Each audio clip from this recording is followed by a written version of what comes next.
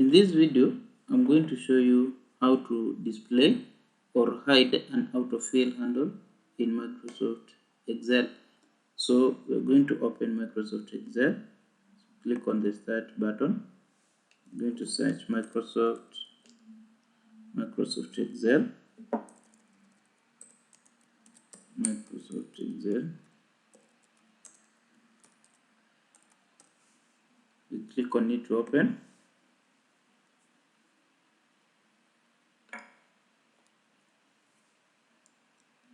So by default, in Excel sheet, when you open an Excel workbook, you will find that, and this is what we call an autofill handle.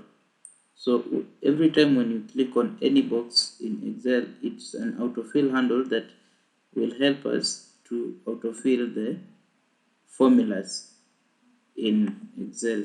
For example, if you have a formula like 1 plus 2, then you have 3, then you can have another one, 5, 56, 45, 54, 12. Let's just try to have some sample for us to be able to see the difference. 55, 68, then you have 78. So here we have a sample data that we are going to use. This is going to be a sample data. So what we are going to do is we're going to insert the formula for the first cell. So we click here, then we come on auto sum, click on it. You'll be able to get the total for cell F, F3, then G3 and H3 in cell I3. So to get the of which we need to get the sum for the 3 consecutive cells. So what we do is we use the autofill handle. Just like that, we will have gotten our answer. But now we are going to learn on how to disable this or enable it. So to disable this feature, we'll go to the file, click on file, then while on file, we click on options. Then we are going to select advanced features. Click advanced. Here you'll be able to see this option, enable fill handle and cell drag and drop.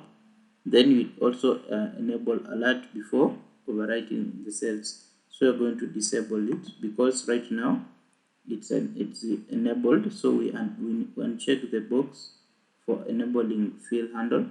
Then we click OK to save your changes. So right now, when you click on any cell, we are not able to autofill anything, or we are not able to autofill the formula to the preceding cells of the same. So this is how you can be able to disable the feature, the autofill handle feature in Microsoft Excel. And to enable it back, you are going to repeat the same steps or procedure. So we're going to go to file, we click on the options, then click on advanced. Then you're going to set to enable fill handle and cell drag and drop. So we check this box, then we click OK to save your work.